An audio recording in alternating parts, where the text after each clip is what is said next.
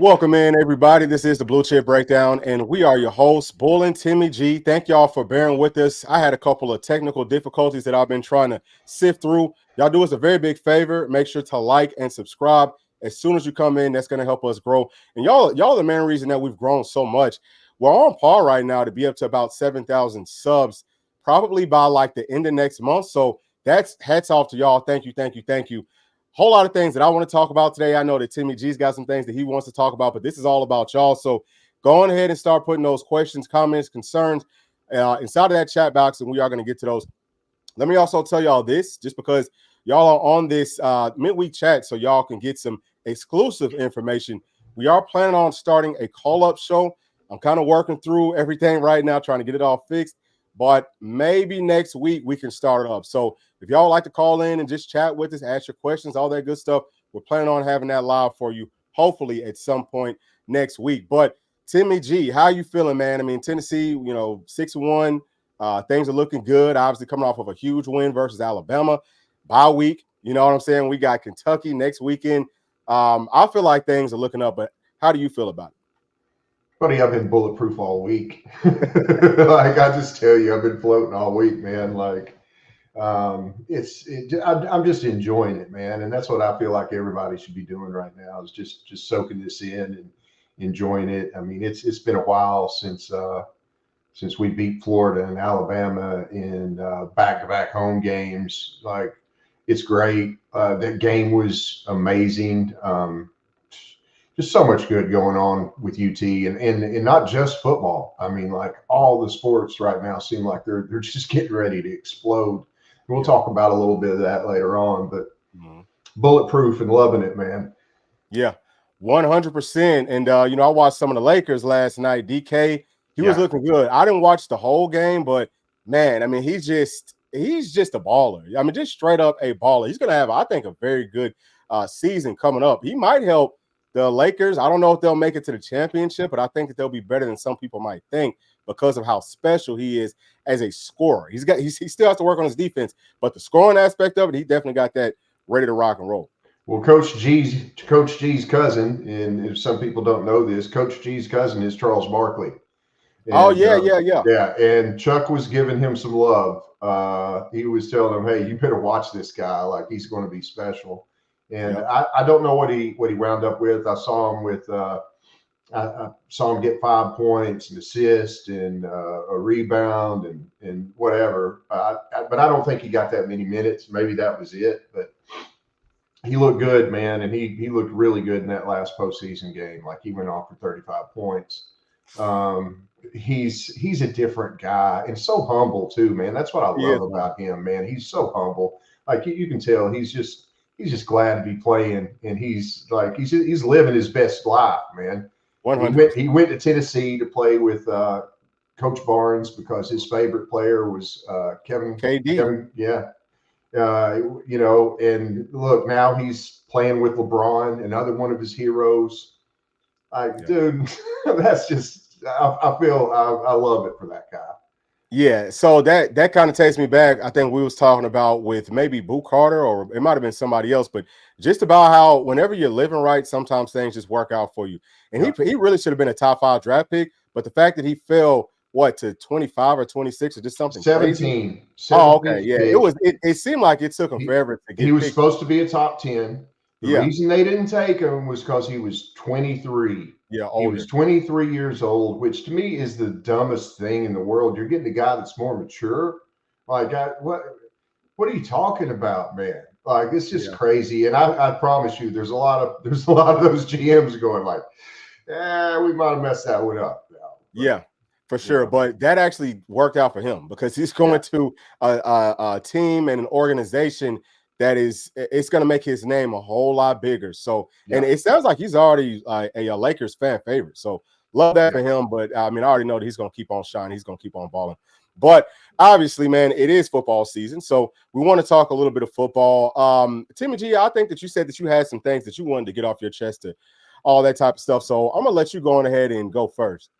I've got a couple things jotted down here, so if you see me looking down, you know what I'm going to be going through. But first thing, man, I just want to talk about like the kneeling effect in that game, like what it did.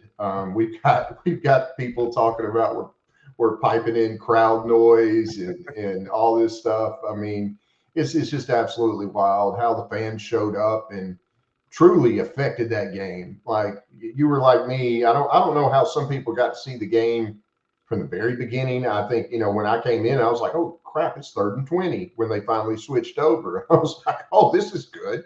But I mean, you could tell the crowd had an effect right from the front of the game. Yeah. And it stayed that way the entire time. And with as many recruits as we had there, like how amazing that was. And people were talking about, oh Lord, how classless we were for storming the field. Spoiler alert, guess who stormed the field? It wasn't the fans that broke the dam. You know who it was? The recruits. Oh, okay. It was the recruit section. It was the recruit go. section that stormed the field. They started it. And once they started it, you know what's going to happen.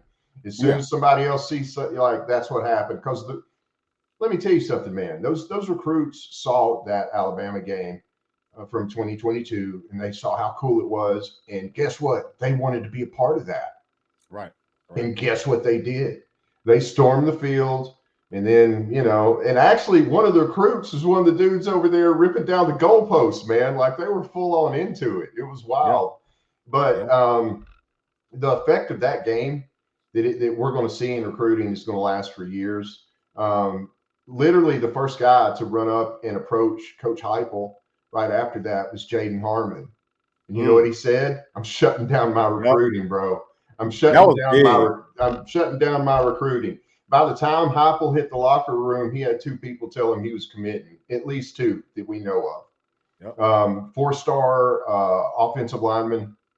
I think Brandon Anderson. Brandon Anderson, big boy. That's a big man.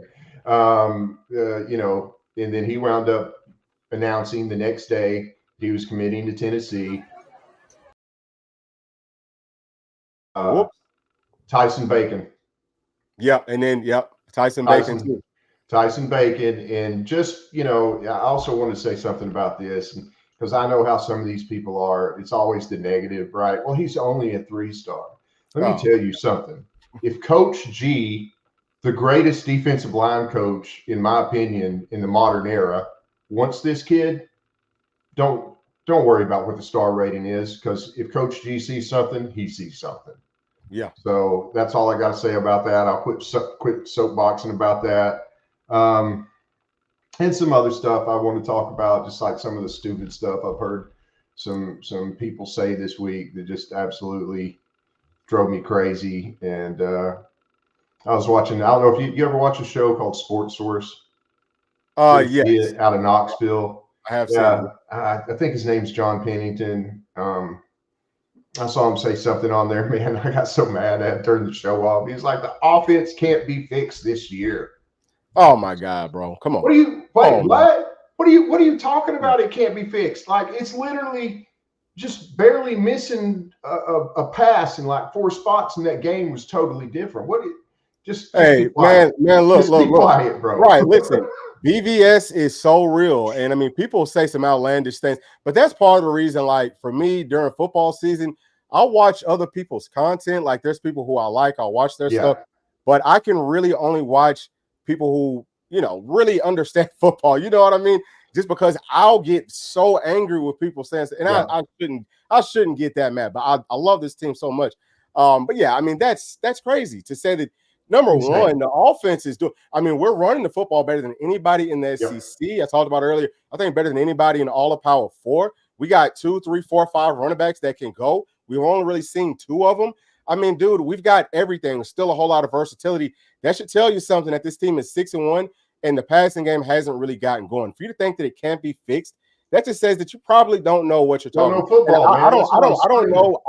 I don't know who that dude is, but I mean, come on, bro. That's crazy. I saw a clip later that made me feel better, at least, because that show actually has like several VFLs on there a lot, like Will Overstreet and several other people, and they all told them like, no, it can totally be fixed. But that was like one of the wildest. When he said that, man, I just had to turn it off. I was like, this is the dumbest crap I've heard, and I don't know when. But anyways, that's all I'm going to say about that. It's just, I feel like we have to start like checking these people when they say dumb crap anymore. You know what I mean? Because it's everywhere. You just see it. You see it on Twitter and you see it in different places. It's like, what are you talking about? Like, no, be quiet. Like, yeah. So like this is my whole thing.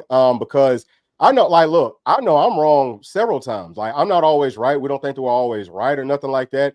And I'm happy for people to kind of, you know, voice how they feel, all that good stuff. What I can't really stand is if you're gonna just be constant negativity just for the sake of being negative, and like you just want to put that on everybody else. That kind of bothers me. It's like, well, try to find something positive. You know what I'm saying? Like, why are you always just finding something negative?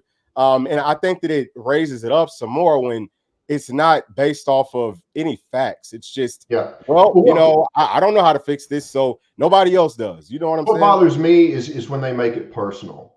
Oh, okay, yeah. You know what I'm saying? I mean, don't get me, listen, and I believe this is true. Like, there's no such thing as a dumb question. There's some really dumb as crap answers. You know what I'm saying? But I don't like it when people make it personal and, you know, say something about Nico or a coach and it's just off the wall insanity. That's when I have to say something like, man, what are you talking about? Yeah. You know, like I saw somebody saying, oh, it's time to fire Mike Eckler. Like, what? What? For what? Exactly. That's what I'm saying. Like, this is the most lunatic. Do you Based watch off football? Well, and exactly.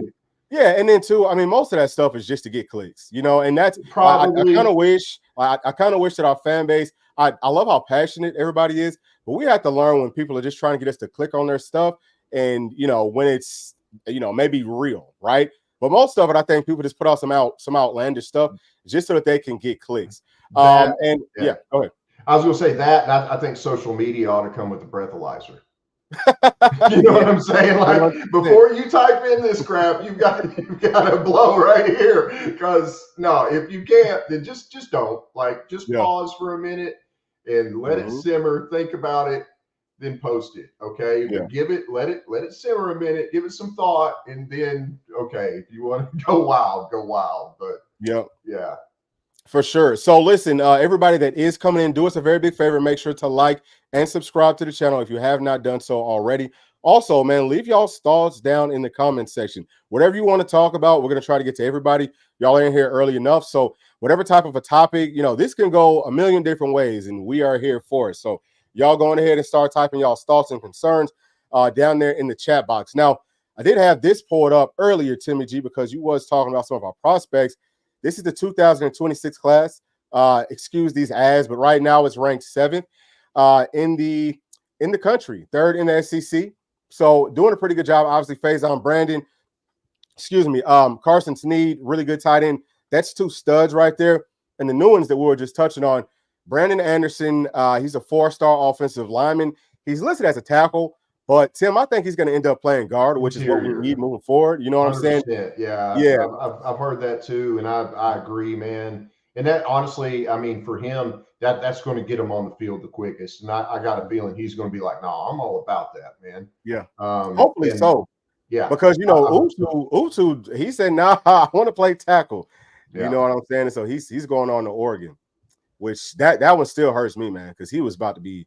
That could have been an insane class if that would have happened. But I don't know if you saw this, and I'm sure you did. You do, because you're like me. You pay a lot of attention to VolQuest and the general's quarters. You're way more on the general's quarters than I am, I believe. But Austin Price dropped a little gem the other day, and I've been wondering who. He said somebody reached out to the team, like, hey, you need to get with me.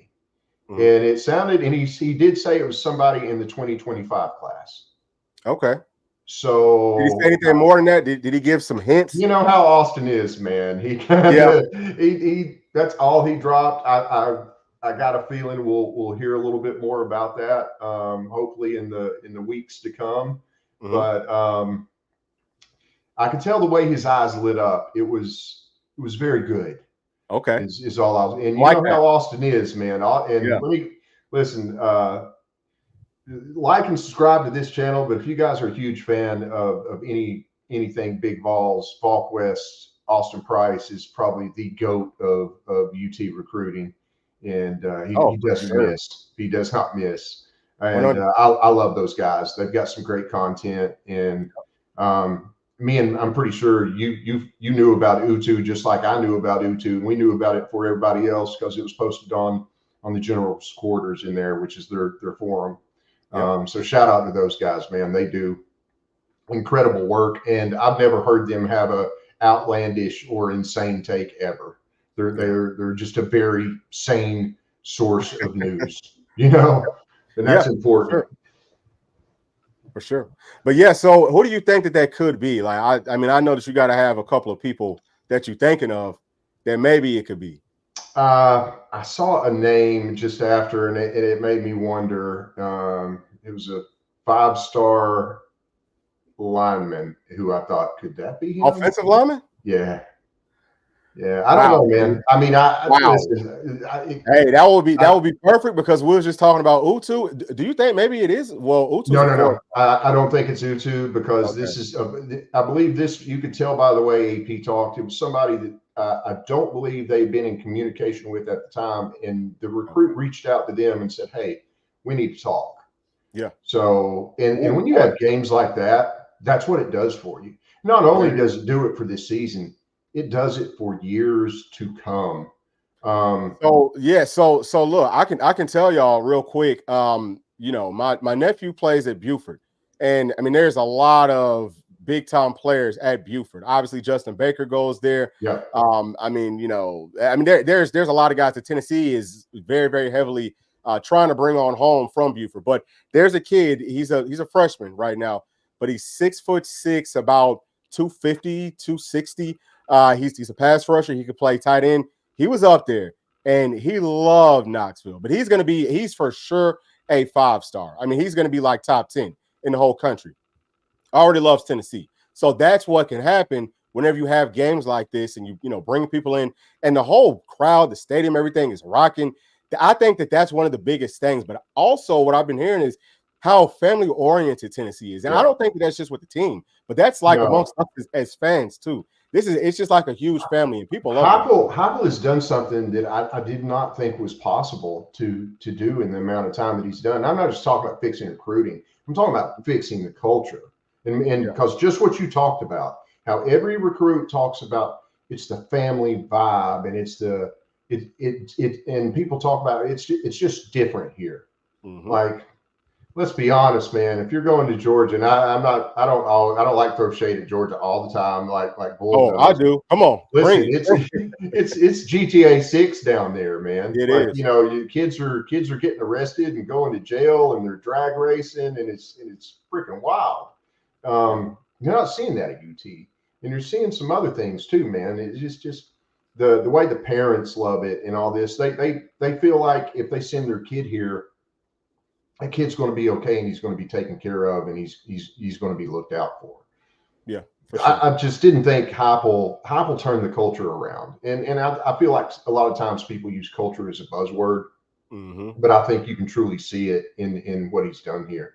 And it's just amazing, man, because that's not something that's easy to do in a short amount of time. Yeah, that's very difficult to do. But yeah, Heupel, I mean, just he's done a great job from top to bottom with all of his hires. I mean, some people that we've kind of questioned before, but Hype has stuck with them, and now we're seeing that everything's paying off. That's something that Dabo did too. I mean, Dabo had like the same coaching staff forever, and then they finally started to get good, and they go on that nice little run. It looks like they might be maybe getting back to it now, but I hope that they don't. Let me go ahead and get to some of these chats right here. Tim, right here from Matt Ross says, if we make it to the playoffs, I kind of think Banks will stay. If not, I think he's gone. How do y'all feel about that? That's very interesting right there. So I want to give my thoughts on this real quick, Tim. I think that if the right offer comes, either way, he's gone. I don't know what the right offer looks like for him, but I think more than likely he's going to end up gone after this season, unless he's a guy kind of like Venables was, right? Venables, he didn't really want to be that head coach. I think Chavis, he was the exact same way. Unless he's one of those guys where he just is fine just running defense and not having to worry about everything else, maybe we can pay him kind of like a head coach because I think that he's earned it. I think he's probably going to get a really nice offer coming out of this season. But Yeah. What do you 100%. think, Tim? Well, I think you're right. If the right offer comes, he'll probably go. But there's going to be a lot of things to play into that. I don't think he's going to take a job if it's say MTSU. Like he had that Right. chance last year, and I think MTSU messed up when they didn't do that. But that's on them. I think if it was the right college, yeah, he probably would go. But I do believe Tennessee is getting ready to back a big truck full of money up to him at the end of the season. And if they pay him enough money, look, you're not going to hang on to the guy for forever if he wants to be a head coach. And you know, good, then I wish him well. But I think if they do back a big enough truck up to the old house, where they say, look, we'll give you $5 million or whatever it is a year, some big huge sum. Yeah. That where you're outpaying any of those like MTSU offers where you're only be getting 1.5, 2, whatever, something. Something like that probably. It's not big time money, right? But if you give him a really fat check for say 2 more years on an extension, hey, go for it. But I also think, man, and this is something I don't think people see a lot, is I think Heupel has done some very strategic moves in their hiring. With Coach Chop, I think that Coach Chop was somebody that they think that, hey, if Coach G leaves, it's going to be Coach Chop who's going to take over. I don't think they'll go outside. I think he's already proven he loves to promote from within. And I also think William Inge. If Tim Banks was to leave, I also think William Inge would get a very good. I feel like he would probably be our next defensive coordinator, and that guy is brilliant. He is so smart. He is for sure. Now, I mean, you know what? I'm never going to argue with Coach Heupel's hires by any means. I don't know if Coach Inge has ever been a coordinator. I mean, obviously, it's a different thing right there. But I will say this: Coach Chop is a guy that, I mean, hopefully we can keep him, because it's kind of sounded like before that he wants to be moved up and actually be put on staff. Something that might have saved us is whenever the NCAA changed the rule that more people can actually coach on the field. I think that might have helped us. But, I mean, there's several people on defense that we're going to have to pay. You know what I'm saying? There's several people on the staff with our defense that we're going to have to pay. Now, I don't want to start up a whole bunch of stuff right here, y'all, but let me get this off my chest, okay? Because this is something I've been thinking about for quite some time. I had to come to y'all and just get it off my chest. If there is one person that I am actually starting to get worried about potentially leaving earlier than we thought, it is Coach Heupel. I think that with Venables having the struggles that he's having at OU, they're about to fire him. So we have to start rooting for Oklahoma to win. Venables is about to be gone. I'm probably not after this season, but maybe after the next one. I'm going to be honest. I don't know. And this is pure speculation. I have no inside sources. This is how I feel. I don't know how easy it'll be for Heupel to say no to that. So that right there, that scares me. See, I don't agree with you on that. And here's why. Because I believe that the problem, oh, wow, that went all blurry all of a sudden. I believe the problem with Oklahoma is would Heupel go if Stoops was there?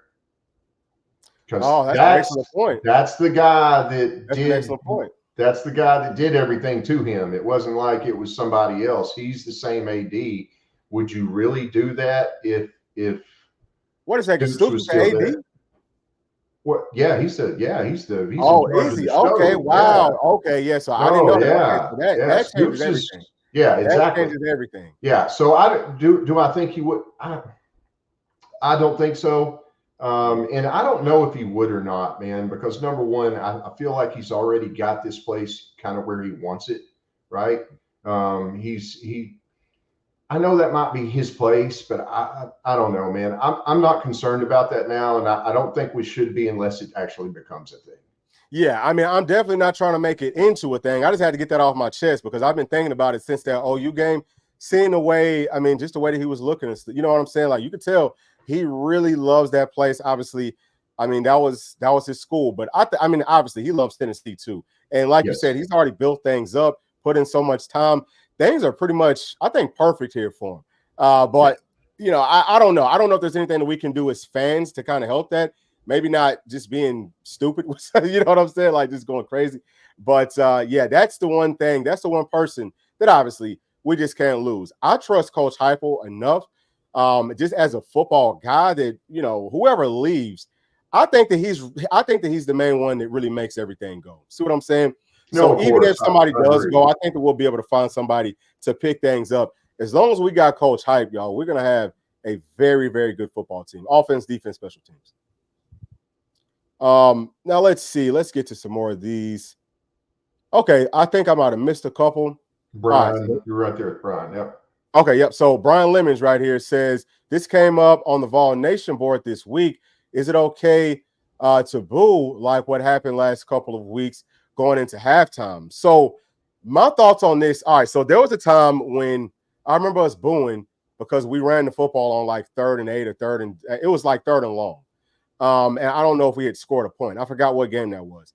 I'm not going to say that it's right or wrong to boo. I wouldn't have booed in that situation because I understand it. Like you don't want to try to. I mean, if things are already not going well, it's not going to all of a sudden. Help. Yeah, like it's not going to all of a sudden turn around on a 3rd and long, backed up close to your own end zone. Like you gotta play smart. So I don't know what situation he's talking about. What game was that, Tim? Where we was booing going in the half? Man, I'm not sure. No. Was I mean, it Florida? It had to been been the last. It had to be before that, right? Like, and why would we be booing? I don't know. We was killing everybody before. Yeah, I don't know. Yeah. Yeah, I have no idea. I don't like it. I don't like the thought of it. I don't think it helps you. I think it makes you look bad to recruits. Like, all right, let's go back a couple years ago when Kamal Hadden came out, right? And listen, I kind of understood why some of the people were booing because of that. I think that whatever all the people had in their mind was that South Carolina game, and he kind of went a little nuts in that thing and all that. But it doesn't matter. It doesn't look good on the fan base when you're booing players and they're coming out of the locker room or doing something like that. Like, you don't need to be beating these kids down. You need to be lifting them up. Right. I'm not a fan of that. And it really would depend on the situation. Like, you're talking about booing refs. Hey, I'm all for that. Boo the hell out of them refs. Yeah, I mean, there's rare situations where I personally think that it's okay to boo our own team. We have to keep in mind how far we've come. I don't think that we've gotten anywhere near any reasons to be booing this team, this staff, players, any of that. Because man, you don't go for it on 4th. Probably be like 2 and 4 right now. Yeah, but if it's like you're talking about they didn't go for it on 4th and 1, and you thought they should. Okay, fine. But I think that very few times do I find it good to boo at your own team. Okay. All right. So it looks like everyone's saying that happened in the Florida game. So I think that might have been the same situation that I'm talking about because that one was versus Florida where it was a 3rd and long and we just ran we ran like a draw. So, I mean, I understand that. Like, it just obviously we ended up winning that game. You mean the thing that I've been complaining about all season, the 3rd and 7 run that never fools anyone? I mean, I get that. Okay. All right. If it's something like that, yeah, maybe. But as long as we're not I just don't know if it's enough for us to be booing, though. You know what I'm saying? Yeah. That's just me personally. But I think everyone, you just kind of do what you feel. I mean, I can't tell fans how to feel from that perspective. Everyone's going to be different, but if I paid $600 for that ticket, I think as long as we win, then I mean that's really all that is. Okay, nice. AP said it was a position of need. Okay, so positions of need for this class would be defensive tackle for sure, and then guard. Those are the only 2 positions that we need in this class. Or I'm trying to think, is there anything else? I mean, that's pretty much it. You know what I'm saying? So it's got to be one of those. They could use one more linebacker. Oh, I'm sorry. That's a big linebacker. Because, but and we could talk about that a little bit too. But I think that might be fixing itself very soon if the kid doesn't go to Vanderbilt. I'm talking about is it Austin Howard? Austin Howard. Austin Howard or Justin Howard. The Howard kid that was committed to MTSU and miraculously he decommitted right after the Tennessee game. Imagine that. But the kid's also really high on Vanderbilt, and I don't know. We'll have to see how that plays out. But listen, man, when your position balls out when you're there to watch a game, that's really, really good for recruiting. And especially people like when they're seeing these young guys like Arian Carter and stuff getting to come in and play early. Like, let me tell you something. Boo Carter probably did wonders for us at the safety position, right? True freshman out there balling out. Yeah, Well, he's not really Star. a safe. He's not really a safety, but star Yeah, Star. position monster. Didn't that used to be monster or Yeah, I mean, people call it a million different yeah. things. Yeah, But that leaves an impression when they see a true freshman out there playing and playing the way he played. That's got to look good for you. But um, yeah, man, I don't know. Like we'll see what happens, but that I mean, it could be an offensive, like you said, an offensive guard, could be a linebacker, but to me, those are probably the two biggest positions in need, right? yeah. I mean, that's interesting because, like you said, we do need some more linebackers too. So we will see. Let me get to this one right here. Did I miss that one? Okay, this thing moved up on me. My bad. But it looks like okay, right here. So Deborah P says that Inge was the DC at Washington. Now I thought that he was the linebackers coach, but I mean you're probably right on that. So okay, so he was the defensive coordinator at Washington. So why did he take the step back and go down to a linebackers coach? Maybe he doesn't want to be a defensive coordinator. You know what I I mean? don't Because know. why would you go backwards when he could have been DC? I guess at Alabama because I don't know if he would have been. I think they were going to when they were going to hire him at Alabama, they were hiring him as a linebacker coach. But Tim Banks is okay. the one that stopped that. Tim reached out to him, Mm-hmm. and I think him and Tim had a relationship. And who knows? Maybe Tim was saying, "Look, man, I'm not long to be here. Maybe you should consider this." We don't know what made his mind up, but I'm glad he's here, and I'm glad we've got him 100. Day that because was a great hire. I I love coaches. I love coaches that teach, and he's a true teacher because he yeah. yeah, Go ahead. you're right, man. He's a great teacher, and the way he's a different style of teacher. And what cracks me up is when these kids you say what like when you see one of the recruits, they talk about Coach Inge. They're like, Mm-hmm. so what do you think about Coach Inge? The first thing you do is that you see him pause and kind of laugh for a second, like because I think he comes off kind of slightly goofy, even though Oh he's yeah, not goofy at for sure. all. But No. He's definitely goofy. He is a he is a goofy dude for got the sure. biggest hands on the planet for a guy his size too. I don't know if you Yeah. ever see this dude throw his paws out there and go, "Oh my god!" But it's the way he relates to these kids, man, and the way Yeah. he teaches them. I don't know. Did you see that one clip of him talking to the kids at halftime, telling them to Yeah. visualize and Yep. doing these things? Like Yep. that's a Yep. good teacher, man. Like 100%. And then too, like being goofy like that, I think that he does that on purpose yeah, because whenever you do that and you're teaching people stuff, it's easier for them to retain that information. And that's why players, every time that you mention them, you see them automatically yeah, smiling and laughing and stuff. yeah. So yeah, I mean, I think that he's genius with what he does, and he's a great linebackers coach. I think that our linebackers played very well versus Alabama. Yes. Let me get to some more of these right here. So Brian Lemon says that Oklahoma just fired their OC and one of Hype's best friends, Seth Luttrell. He was in his wedding, question mark, another instance of lack of loyalty. Yeah, I mean, it's some cutthroat stuff going on over there, man. Yeah. Venable and really like going all the way back to about springtime when I was listening to Venable's press conference and stuff. He is just so, I mean, like they just say everything. And to me, I mean, some people like that. I don't think that you should say everything about your team because sometimes you're throwing people under the bus. And I felt that a lot with Venables. I mean, I'm turned off by their whole deal. You know what I mean? Like their whole deal from top to bottom. At some point, and it's going to be coming up pretty soon, they're about to have to clean house because they're not going to get any better like that. I don't know. Why would you send your kid to go play for a staff that operates like this? It's a whole lot of Dude, stab you in the back, snaky movements. Hugh No. Freeze, like who's he throwing under? Like every time they lose, you're like, all right, who's this Oh, guy throwing under the bus this week? And he'll throw players under the bus like no tomorrow. yeah. Like what in the hell, man? If I was a player and I saw that, you think I'd want to go play for that guy? Hell Mhm. no, Yeah. no, because The it only sounds thing like though is he's just that trying to save his job, man. yeah, But but you know the only thing though about Freeze that'll save him is he'll find plenty of money for whoever he wants, and I don't know that Venables will do that. You know, Mm. obviously Oklahoma's got plenty of money, but it's different. You know what I mean? I'm gonna tell you that right now. It is different. But yeah, I mean, there's a whole lot of weird stuff going on out there. We're very fortunate to have such a good staff with people who don't move like that. Let's get right here to Tristan M. Says RB. Let me see what else you said. Um, how I go about getting on for a bit. If I do a show one weekend, like go on long as I am busy. Yeah, so Tristan, we would love to have you on. And since you are a member of the channel, y'all can actually look down under this video where I have everything kind of like posted at.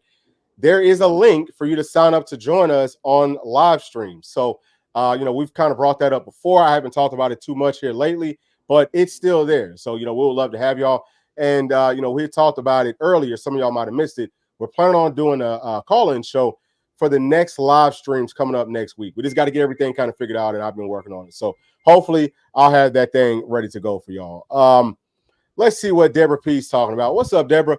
Deborah says, regarding playoffs, would it be better for Tennessee to make the SEC championship game, win, and get a bye, or bypass that, perhaps avoiding a loss or injury and go straight to the playoffs?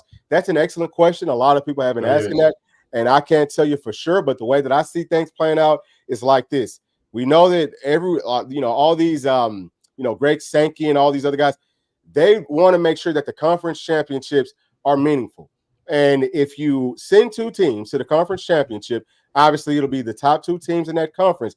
If one of them loses and then they end up not making it to the playoffs, or they end up getting bumped way down, all of a sudden it's not worth it to even go play in that game. Like, there's not a whole lot. Yeah, they're going to get paid some more money, but people want to win championships. Like, this is the SEC. They've got plenty of money. So they're not too much worried about that part of it, I don't think. I think they would much rather be able to make sure they can make it to the playoffs and win. So I think that it's going to have to be meaningful from that perspective.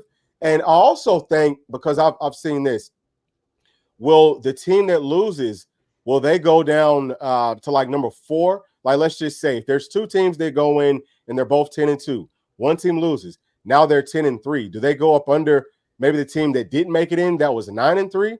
I don't think so. You know what I mean? I'm 10-4, not 10-3. So, but I think that they would still make it in over everyone else. So for me, the two teams that make it to the conference championships should probably end up being 1-2 in that conference. But Tim, what do you think about it?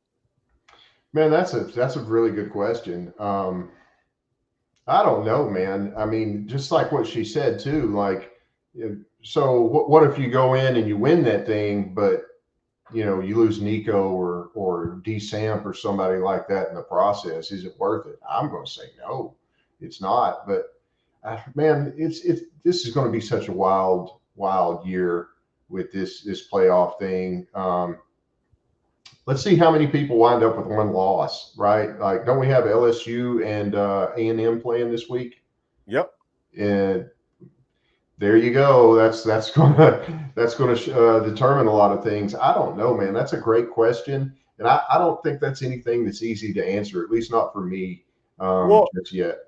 Yeah. Well, I think that the toughest thing is, how are they going to vote on this stuff? Because we know that they've got their little guidelines and all that, but they don't really go by that. Like we saw the Florida State didn't make it in, and they had to put something extra into the guidelines saying that you have to have, like, you can't have lost like star players. I don't know exactly how they worded it, but they had to put something extra in there because they can put whoever they want.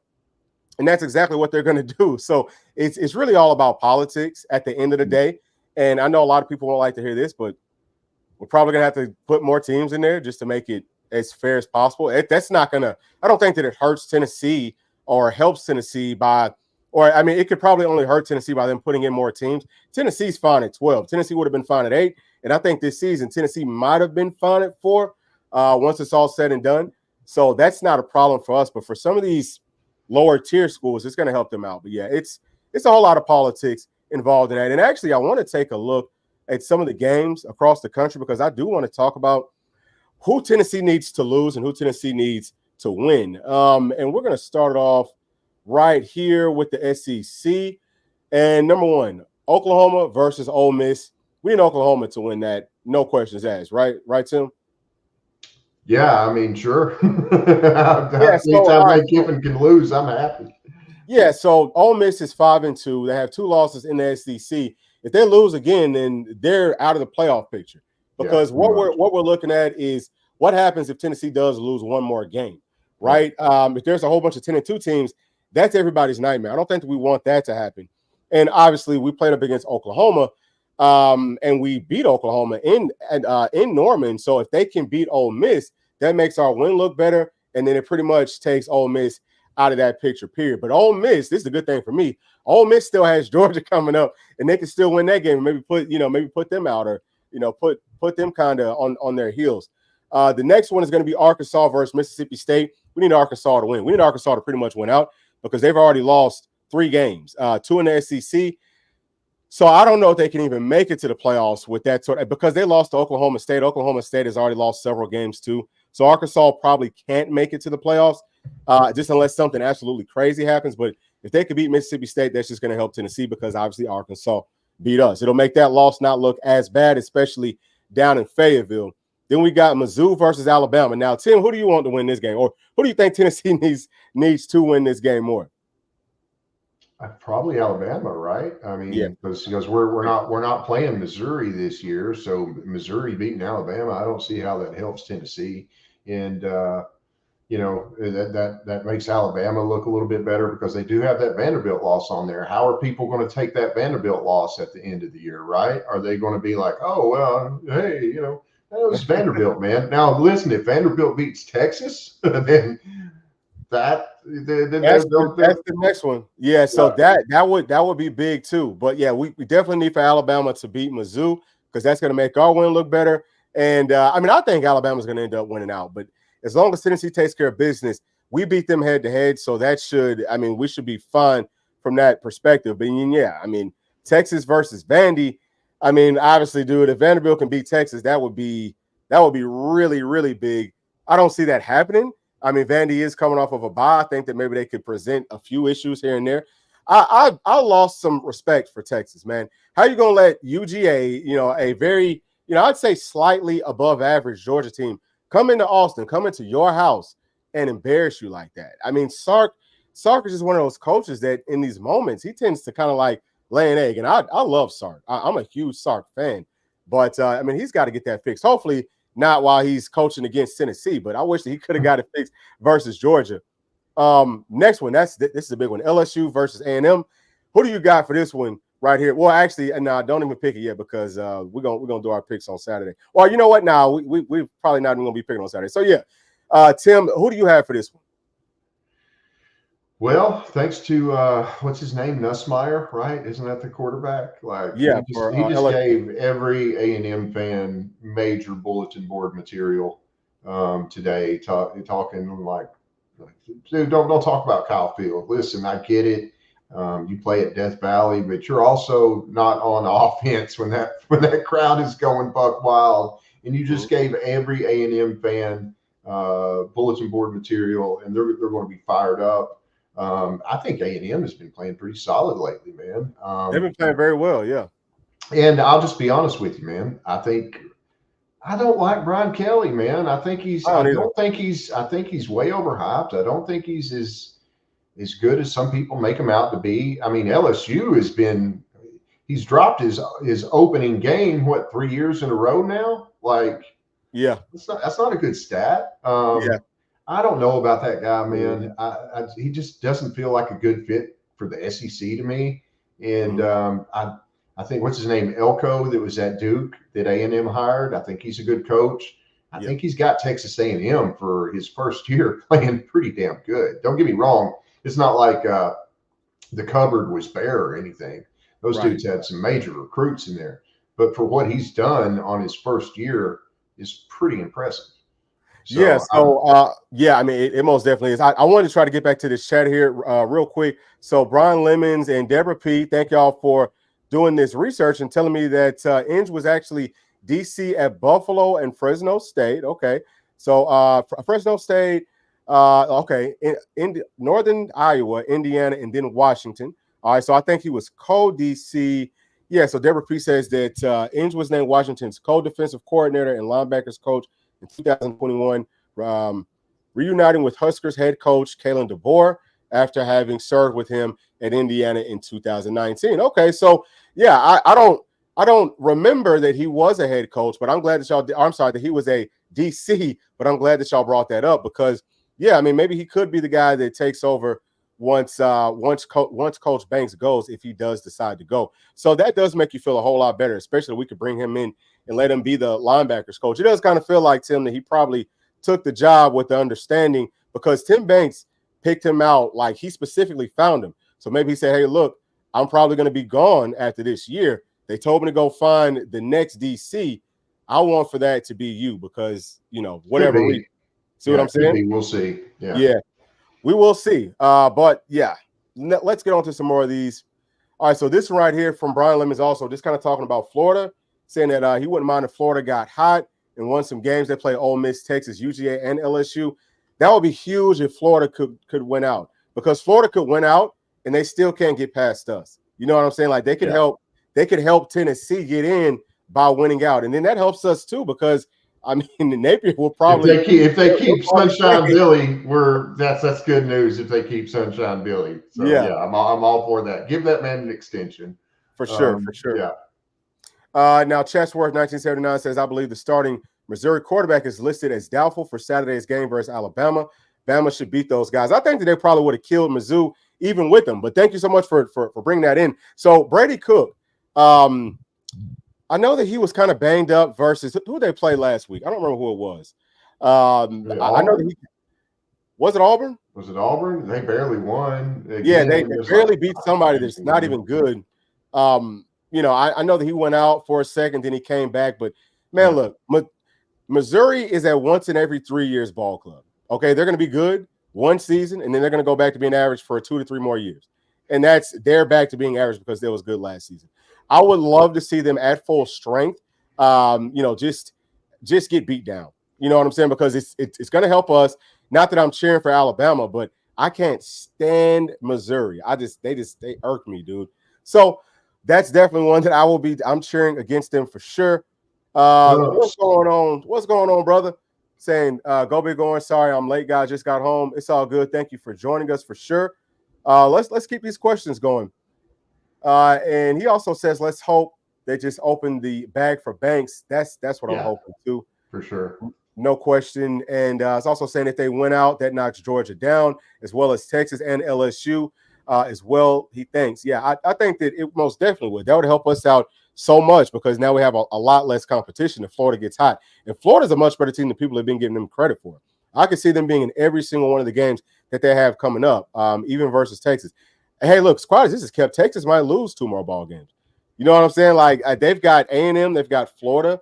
I don't think Vandy's going to beat them, but I mean, it could be close. So wouldn't that be something if Texas doesn't even make it to the daggone playoffs? That would be something. Yeah. All right, let me see if I can. I also want to pull up some more of these national games too. So we're going to go to the top 25. We can kind of talk about some of those because that's going to have a major implication on how Tennessee sits inside of the playoffs too. We need some teams to lose, and Clemson is one for sure. I want Clemson to lose, but I think that they're off this week. So Syracuse and Pittsburgh. So Pitt is actually undefeated, and their strength of schedule is super low. So I mean, but if they do go undefeated, maybe they could have some sort of a case to backdoor their way in. But I mean, I'm hoping that they lose. You know what I mean? Just because that makes things easier. If they lose one game, especially versus Syracuse, they're done. Boise State, UNLV. I don't think either one of those teams have a realistic shot. Okay, Boise State's already lost. I don't think that they have a chance. Ohio State, Nebraska. I would love to see Nebraska get this win right here. Don't know how realistic it is. It looks like the game's at Ohio State. Tim, what you think about this one? What, Nebraska, Ohio State? Yeah. Man, Indiana just really put it on freaking Nebraska last week. Like I really was. I was not expecting that because you know who I picked. I picked Nebraska. I thought they were gonna. I was really thinking Dylan Raiola and all that. And man, I was like, I think I sent you a text during the game. I was like, man, Indiana's looking legit, right? And I was like, oh wow. But they also lost their starting quarterback. We'll get to that on the next one, I believe. But Oh man, like I don't. Ohio State is one of the craziest teams to me. I probably shouldn't discredit them as much as I do, but that Yeah, conference just kills me, man. Just I feel like it's we see the same thing year after year. Um, they march through the whole season. They have one or two tough games at the very end of the year. They play Penn State, they play Michigan, and then then they go to the playoffs, get punched in the mouth, and you don't see them anymore. yeah. I just don't know how to take them, man. Um, Yeah, I mean they should probably win this one though. I mean they're favored by Probably, 25 and a yeah, half points. You know what I'm saying? And they're playing at home. yeah, But I mean, but what if they get upset? That should be it for them. But I can almost guarantee you that they'll still try to let them in. I can almost promise you they could lose sure, at home to Mhm. a 5-2 team Yeah, in the Big Ten. I don't think that that the Cornhuskers have any notable wins, and Ohio State at the end of the season would still have a chance to get in. But I think that they're hundred going to lose percent. to Michigan. So, I think that Ohio State is going to lose at least one more game, maybe two, just because Ryan Day is not the answer there. They've got all the talent, but I mean, dude, they shouldn't have lost to Oregon. I think Oregon is probably overrated too. Let's talk about Washington, Indiana. So Indiana, they look good. They could make it. I mean, I think that they could make it potentially. It's crazy what coaching can do. You come in with a whole new scheme, you open things up, you let these guys start to, have some sort of hope that they can win. And look at what happens. They're playing up against Washington, who's just they've fallen off tremendously. But yeah, Indiana is a team that I'm kind of rooting for them, but at the same time, we need for them to lose. Like we need everybody pretty much to start to lose. But what do you think about this one? Have you got to watch the Hoosiers play much, Tim? No, I only watched pieces of that Nebraska game, Mm-hmm. honestly, and I was pretty shocked. But they lost their star quarterback, right? I mean, like he's not there anymore. Wait a The second. kid When did this happen? last week, How? yeah, What did he? he's don't ask me, but guess who's replacing him? Who is it? The kid that transferred from UT to Indiana. Oh, yeah, yeah, yeah. What's his name? Caden or something, or I, Caden or Kalen or something like that. Yeah, I I can't. can't think of his Yeah, name now.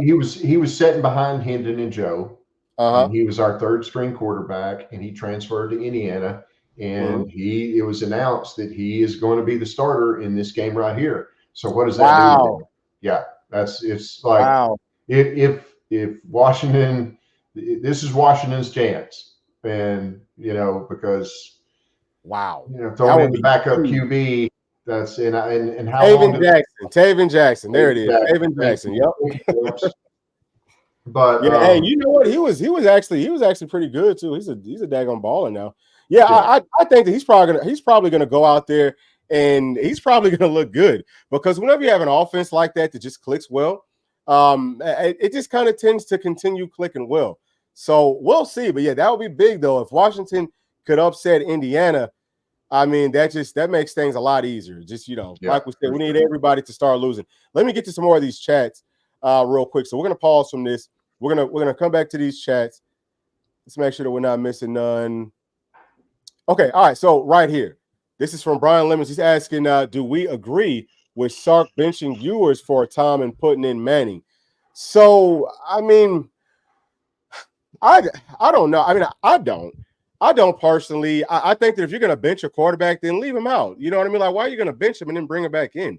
That doesn't make any sense to me. I feel Or, like yeah, QB go ahead. is such a rhythm position though, right? You Yeah, have to be in a rhythm, and when you do that, man, that's a little crazy. yeah. That's a little crazy to me. But go ahead, Bull. It just kind of feels like to me that he didn't have trust in Ewers. And Ewers is a guy that, I mean, he'll just do some bonehead stuff. He's got that baller to him, but he's also got that like bonehead just, I mean, I'm just gonna throw this ball straight to somebody for no You mean reason. like Gaston Moore? He went full Yeah, Leroy yeah, Jenkins in yeah, the yeah, Tennessee yeah. game, bro. Rolled Right, yeah. out. Like he does stuff like that. But Uh, but look, this is what's crazy to me is that Sark is that sort of a coach. Because if you look at some of those play calls, it's like Sark, why? Like you don't need to run speed sweep, flea flicker. I mean, come on, dude. Like just run normal plays. So I mean, I think that both of them they're very similar with that. But yeah, if it was me, if I felt like Manning was the guy that I could trust more in those situations, then Manning would have been starting from Jump Street. But that's just my thoughts. I mean, obviously they ended up losing, so probably a few things we could point to that Sark didn't do right in that game. You know Yeah. what I mean? And I don't think that did wonders for either quarterback's confidence either. I think There it is. that wound up being I don't think that could have been worse than what he did right there. And I get what he was trying to do, but if you're going to do that, then stick with the other guy and give him enough time to either, do something or what. But to me, that was one of the craziest things. I don't think it worked out for either player. And quarterback, you have to have a certain rhythm, and you have to get in the rhythm, and then you pull somebody out, you're taking them out of it. Not only that, Ewers looked like he was mentally demolished on that sideline when that happened, bro. And once you strip a kid's confidence at That's the quarterback, last thing. bro, that's not good. That's the last thing that you want to do. You know what I'm saying? But yeah, I honestly I could see them possibly maybe if their schedule wasn't so weak moving forward, I could maybe see them not making it to the daggone playoffs. But they would have to lose to somebody that they have no business losing to. But A&M, I think A&M might really put a beating on them at the end of the season. We will see though, because I know Texas is going to get up for that one too. UT Bagum says Iowa wax Nebraska. Don't see it. I don't see the Buckeyes losing that one either. UT Bagum's also saying that Oklahoma State roster is stacked, but they get stumped when they play a real physical team. That's their biggest issue for sure. They don't do a good job stopping teams that run a lot, which you would think that they would figure that out playing in the Big Ten. That's all teams do. Like, you can't stop what everyone does. But they pretty much just like outscore everybody. They out athlete everybody. And I don't believe in that entire staff. I don't really believe in Chip Kelly. He's a guy that, I mean, we've seen his offense be stopped pretty much everywhere that he's been since Oregon. I mean, was it good in the NFL? Maybe for like a spurt. But once teams figured it out, it was terrible. You know what I'm saying? And what I've noticed just in watching film on them is, dude, you play man-to-man coverage, you're going to stop like 95, more than that, probably 98% of what they like to do. That's a bad position for you to be in with an offensive line that can't move people. You can't really run the football. You've got two great running backs. It's just they're not tough enough. They're just not physical enough to, I think, hang with the real big dogs. So, yeah, I sorry to go off on that tangent, but they've started to irk me, man. After the whole David Sanders thing, I'm about done with them. All the trash talking that they did, you know. Let me see what else. Same as Gumps, they can lose two more, and the media homers would still be trying to scheme a way for them to be in the playoffs. Yep, I agree. Let's see. So I guess that the starting quarterback for Indiana broke his finger. Yep, and Taven Jackson is good. So Salter. Is Salter the name of Indiana's quarterback? Caden Salter? I didn't think that he was at Indiana. I don't know why. I thought that he was. I don't know. I thought he was. But yeah, man, look, I could be completely off because I'm watching the film, and if we're not playing them, I don't really even look at the kids' names. Let's see what else we got. Does anyone have any more questions? UT Bagum says Sark was drunk again. Hey man, you gotta ease up on my dog Sark, man. You gotta ease up on my dog. Let's see right here. Is Signetti from Indiana a Florida coach candidate, or do you think he wants that SEC smoke? If so, he might learn the hard way, like DeBoer. Man, I sure hope not. That's not a coach that I want coming down to the SEC because he can coach. He can most definitely coach. You know, I like his scheme. I mean, if you can go and turn Indiana into an undefeated team, 6 games, almost 7 games into the season, or however many games they've won, that says a lot because Indiana has been they have not been good. So I would hate to see him go down to Florida with that offense and with the type of athletes that they could get down there. Man, that would be bad. I'd much rather I'd much rather us just keep Billy down there, man, and let him keep on doing his thing. Let him keep on doing what he's been doing. Let's see. All right, so Brian Lemons is asking, is Ryan Day on the hot seat if he doesn't make the finals? Oh, What do you think? 100%. Yeah, because Ohio State fans, their level of expectation is through the freaking roof, man. Probably maybe the only other fan base that has as high or higher expectation than Alabama, in my opinion. Yeah. But 100% he's in trouble. Like we've heard these murmurs for years now, and if he doesn't get it this year and can't get past Michigan, if he loses to Michigan this year, he's done. I think he's gone. I don't think he'll last one more game after that, but I could be wrong. I don't think so either. I think he might be. I mean, literally, if they lose to Michigan, that's it. Like Yeah, they might fire him on the spot, and I think that they are going to lose to Michigan. I think it's going to be way too close of a game. I know that they hate each other. It's a rivalry, so things like that can happen. But that's a team that still doesn't have much of an offense. There should be no excuse. There wasn't really any excuses over the past few seasons that Ohio State keeps on losing to them. But yeah, I just we'll see because a lot of this is speculation. You know, I just based off of what I've seen though. I could see them losing a couple more, at least one more ball game. I'll say it that way. But excellent questions, y'all. Excellent questions. UT Bad Guns would concur with us. And now D. Taylor is saying that Cignetti is in his mid-60s. I think he'll retire at Indiana. That's an excellent point. I didn't realize. But, right. I mean, yeah, I mean, but that's not – I mean, he could probably keep on coaching, I'd say, for another 10, 15 years, right? I guess. I mean, you never know, though, man. I mean, maybe. was Indiana his dream job? I mean, you just never know with some of these guys, man. But I don't know. Somebody throws a huge bag of cash at him. Who knows? Yeah. That's a lot of what it's all about. But I don't know why. Like I would not coach college football these days, especially not as a head coach. They have so much stuff that's got to be one of the most demanding jobs, like on the whole planet. You know what I mean? And I know people might not want to hear that, but it's a 24-hour, like you're on call 24 hours. You got to do all these press conferences. You got to talk to all these people. I mean, you got to coach. You got to manage everything. Your work days are insane. Yeah. You're probably in the facility by 5 a.m. every morning at least. You're working all day, all night. You really don't get time off. As soon as football season is, technically over, you're on the recruiting trail. Those guys are all over the place. They get almost no time off. I mean, they make an astronomical amount of money. Don't get me wrong, that helps, but a lot of people just aren't built for that. And that's why a lot of college coaches want to go to the NFL because they don't have to have that kind of workload. They're not doing the crazy recruiting and all that other crap. The main office handles that, and that's a wild thing, anyways, man. Like the worst team always gets one of the best players. Just a recipe for disaster if you're a good player. Oh man, it's a whole lot of parodies in the NFL. It's a ton of parody, and it's based off of that. It is, but how do the same teams always remain so damn bad? Well, that is true. That is true. That is very true. But they always, well, I'm not going to say always, but sometimes they get those rosters built up where they can actually start to compete. But a lot of it has got to be some sort of an organizational issue. Not to go off and talk about NFL, but it is big, I think, even in college, to have a really good organization.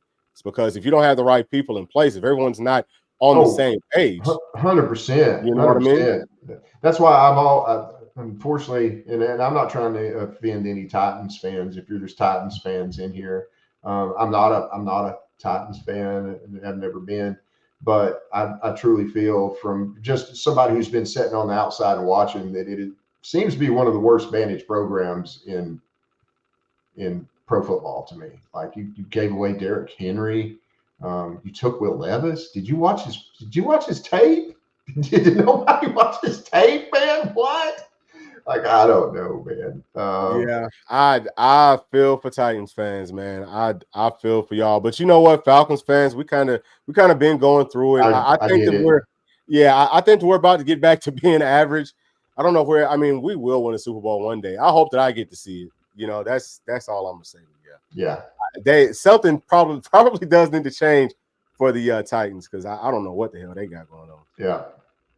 Honestly speaking, I'm not ragging on nobody's team, but I'm calling it like I see it. I mean, y'all know that's probably one of my I don't know if I can say it's one of my favorite teams, but I always cheer for them if they're not playing up against the Falcons. So Right. Hey, yeah. I don't know if you want to do this now if we're a little too late into it, but Mhm. Wolfman just sent me a message and said he was at home if you wanted to, but that's up to you. Okay, yeah. So we can bring him on. If you could send him all the stuff. Now let me get to some more of these chats real quick. This one right here from Deborah P saying, after our win-loss record and strength of schedule, do you think quality of wins will matter, like not beating Florida or Bama by 3 touchdowns or whatever? That's a really good question. And the reason that I say that is because it's written in there that the margin of victory is not supposed to play a difference. Now, that might have just been with the common opponents or with the head-to-head, something like that. But they did say that it's not supposed to make a difference. But I don't think that that's true because we've got not necessarily normal people, but I mean these are human beings that are looking at this stuff. So the eye test is going to mean something.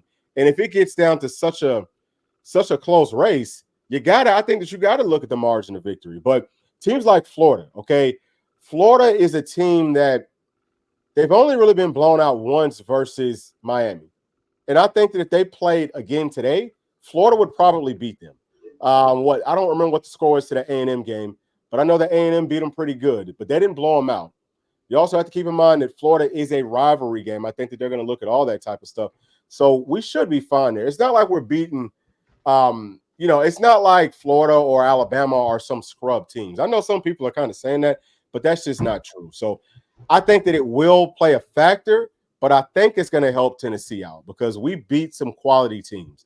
That's just how I look at it. Let me see what Brian Lemons is saying. That's why many coaches jump to the NFL, still working a lot, but not as much as the NCAA. Yeah, I mean, that's a no-brainer. You're doing, I mean, probably like a quarter of the work. I mean, probably not even that much. Like the workload from NFL to college, it's not even close. It's not even close because you don't have to manage these guys off the field. They got people who do that. All you got to do is know your scheme, make that playbook, give it to them. You don't really even got to teach them those plays.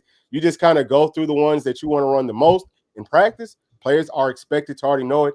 I mean, I don't want to say the NFL coaches don't do anything because they do, but it's really just all It's a about different coaching. world though. It's Yeah, not it's just like all about coaching. It's yeah, totally different.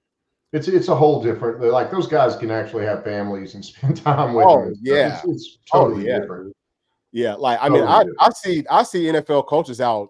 Like I'm not gonna say all the time, but I see them out frequent.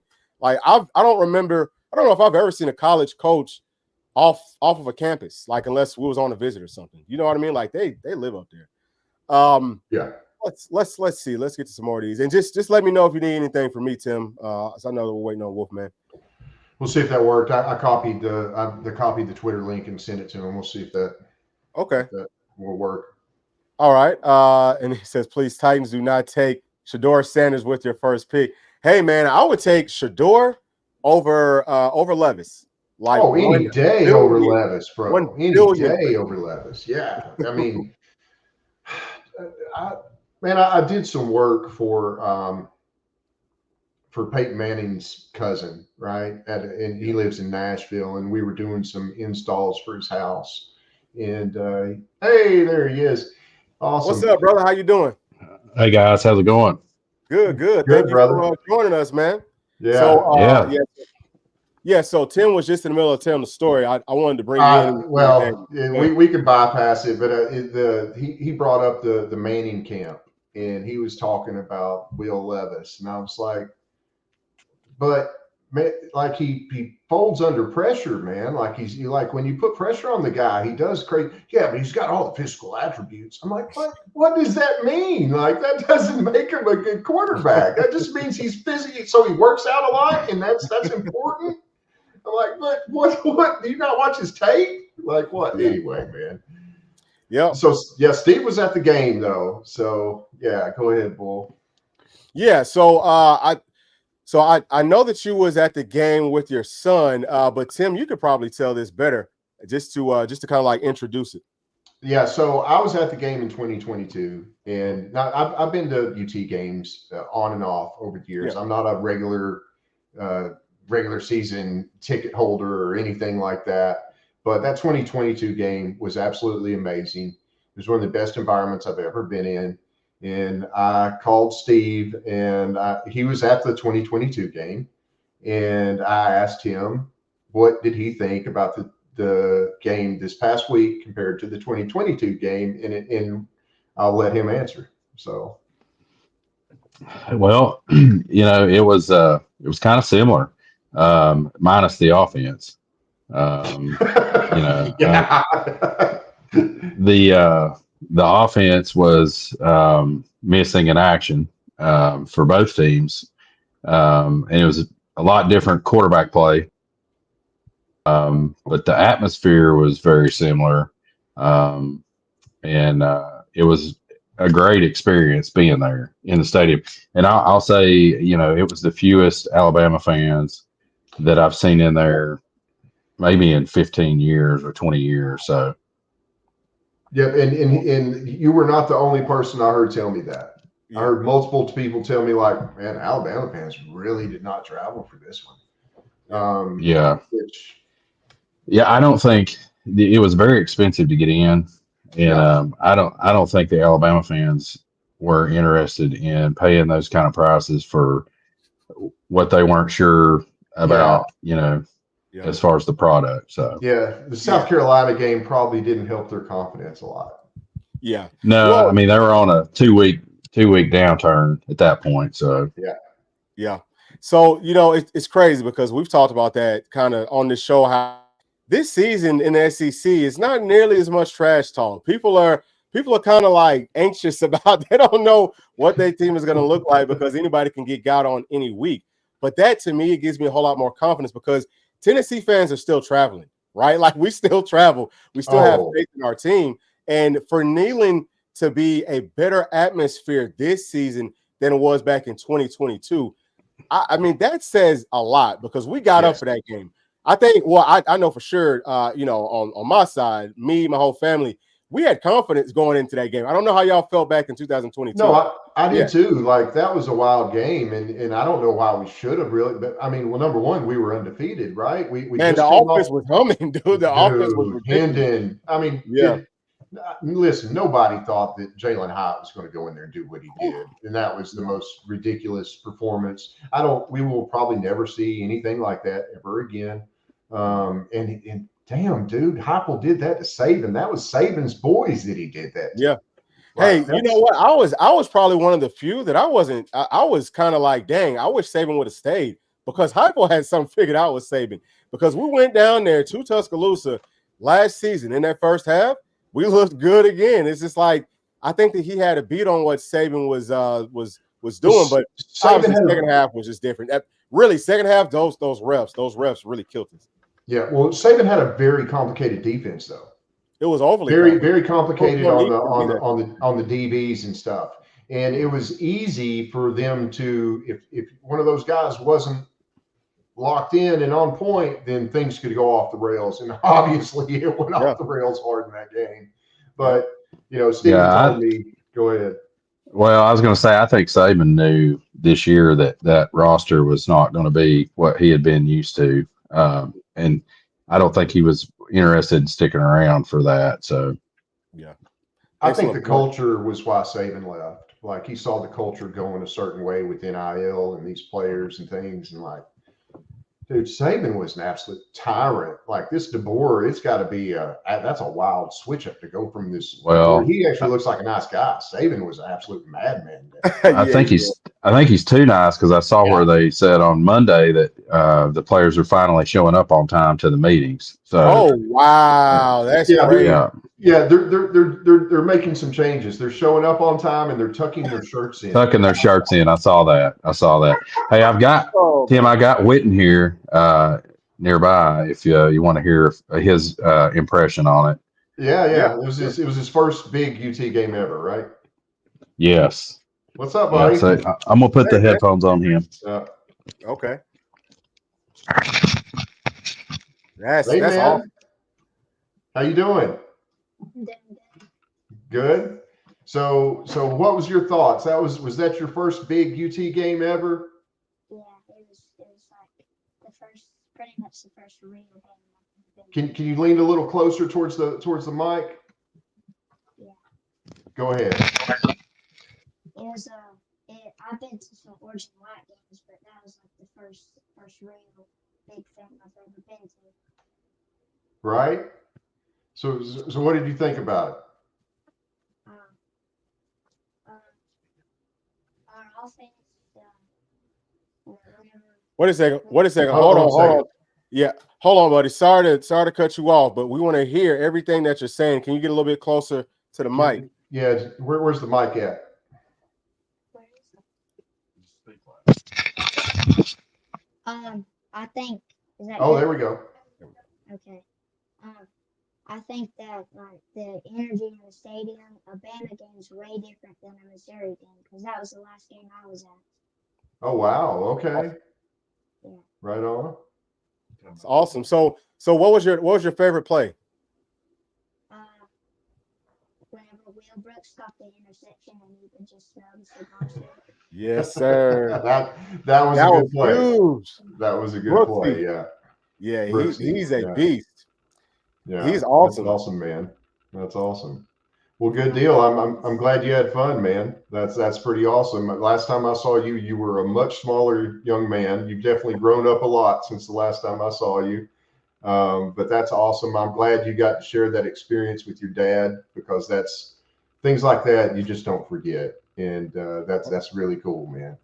So, what did you think about all the cigar smoke after it? Was it pretty thick? Could you smell it? Yeah, it just was up everywhere. Love it. Awesome. Love to hear it. Awesome. Right on, buddy. That's what it's all about, buddy. Say what? The Bama fans were trying to smoke their paint. They was trying to do what? I couldn't hear him. Their paint away. They were doing their cigars too. Oh, really? Okay. Okay. Awesome stuff, man. Hey, Right so on. is the mic on the headphones? Yeah. It's not? Okay, we got to get it right up to it, like as close to his mouth as possible.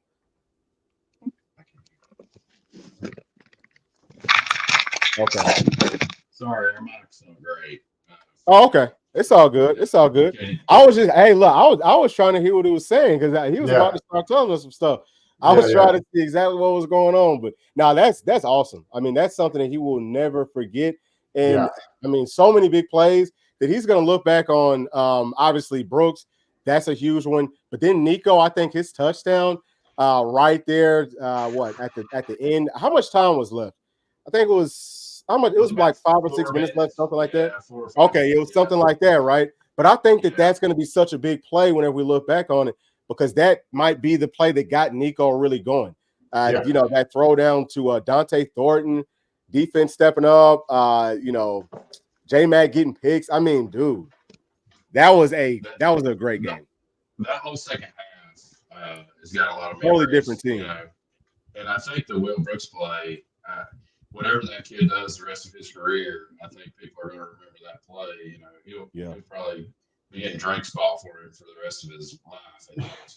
He'll never have to buy a meal again in Knoxville. Yeah. Never. No.